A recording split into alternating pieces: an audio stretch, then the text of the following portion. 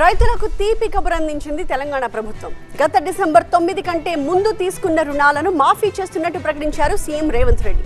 అర్హతలకు సంబంధించి జియోలో పూర్తి వివరాలు ఉంటాయని చెప్పిన సీఎం ఇందుకోసం 31,000 కోట్ల రూపాయలు కావాలని అంచనా వేస్తున్నట్టు వివరించారు. రైతు రుణమాఫీ అమలు, రైతు భరోసా ఎవరికివ్వాలనే దానిపై రంగంలో దిగిన తెలంగాణ కేబినెట్ రైతులకు శుభవార్త చెప్పింది.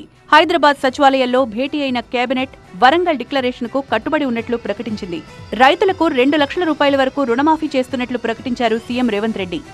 ఈ మంత్రివర్గంలో ఇచ్చిన మాట ప్రకారం 2 లక్షల రూపాయల రైతు రుణమాఫీ చేయాలి అని వివిధ బ్యాంకులలో ఉన్న రుణాలకు సంబంధించిన వివరాలు సేకరించి వాటన్నిటిని క్రోడీకరించి ఆ రైతు రుణమాఫీ చెయ్యాలి అని మేము నిర్ణయం తీసుకున్నాం.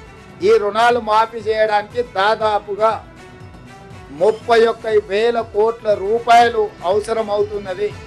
ఐవీఎఫ్ ఒక అధునాతన సంతానోత్పత్తి చికిత్స. అనేక దంపతులకు తల్లిదండ్రులు కావాలనే వారి కలను నెరవేర్చుకోవడానికి సహాయపడుతుంది. ఈ రోజే ఓఎస్ఎస్ ఫర్టిలిటీని సందర్శించండి. గత ప్రభుత్వం మొదటి దఫాలో 16,000 కోట్లు, రెండో దఫాలో 12,000 కోట్ల రూపాయలు రుణమాఫీ చేసిందన్న సీఎం రేవంత్ రెడ్డి ఆ తర్వాత 2018 డిసెంబర్ 12 నుంచి రైతులు తీసుకున్న రుణాలు తమ ప్రభుత్వం మాఫీ చేస్తుందని ప్రకటించారు. ఇంతకుముందు ప్రకటించినట్లుగానే 2023 డిసెంబర్ 9 లోపు తీసుకున్న 2 లక్షల రూపాయల వరకు మాఫీ చేస్తున్నామన్నారు. ఇచ్చిన మాట ప్రకారం 2 లక్షల రూపాయల రుణమాఫీ చెయ్యాలి.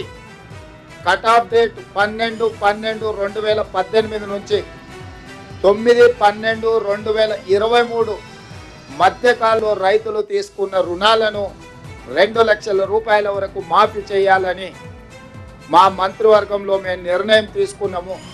ఇదంతా ఇలా ఉంటే రైతు భరోసా ఎవరికివ్వాలనే విషయంలో కసరత్తు చేస్తున్నామన్నారు సీఎం. ఇందుకోసం మంత్రులు భట్టి విక్రమార్క నేతృత్వంలో కమిటీ వేస్తున్నట్లు ప్రకటించారు. సభ్యులుగా మంత్రుల తుమ్మల నాగేశ్వరరావు, శ్రీధర్ బాబు, పొంగులేటి శ్రీనివాస్ ఉంటారు. రైతు సంఘాలు, రాజకీయ పార్టీలు సహా వివిధ వర్గాల నుంచి అభిప్రాయ సేకరణ చేపట్టి జూలై 15 లోపు నివేదికివ్వాలని కమిటీకి గడువు విధించారు. సబ్ కమిటీ నివేదికపై అసెంబ్లీలో చర్చించి పారదర్శకంగా రైతు భరోసా అమలు చేస్తామన్నారు. రైతు భరోసా నిధులు ఖాతాలో పడాలన్న ఆలోచనతోనే మా మంత్రివర్గము స్టేక్ హోల్డర్స్ అందరితో చర్చించడానికి ఒక నివేదికను తయారు చేయడానికి మంత్రివర్గ ఉపసంఘాన్ని నియమించినము. దానికి ఆర్థిక మంత్రిగా, ఉప ముఖ్యమంత్రిగా ఉన్న భట్టి విక్రమార్క గారు నాయకత్వం వహిస్తారు. వారితో పాటు వ్యవసాయ శాఖ మంత్రి తుమ్మల నాగేశ్వరరావు గారు, సహచర మంత్రివర్యులో శ్రీధర్ బాబు గారిని విధి విధానాలు ఖరారు చేసి పారదర్శకంగా ప్రజలకు వివరించే విధానపరమైన నిర్ణయం తీసుకోవడానికి రైతు భరోసా కోసము మంత్రివర్గ ఉపసంఘాన్ని నియమించినము.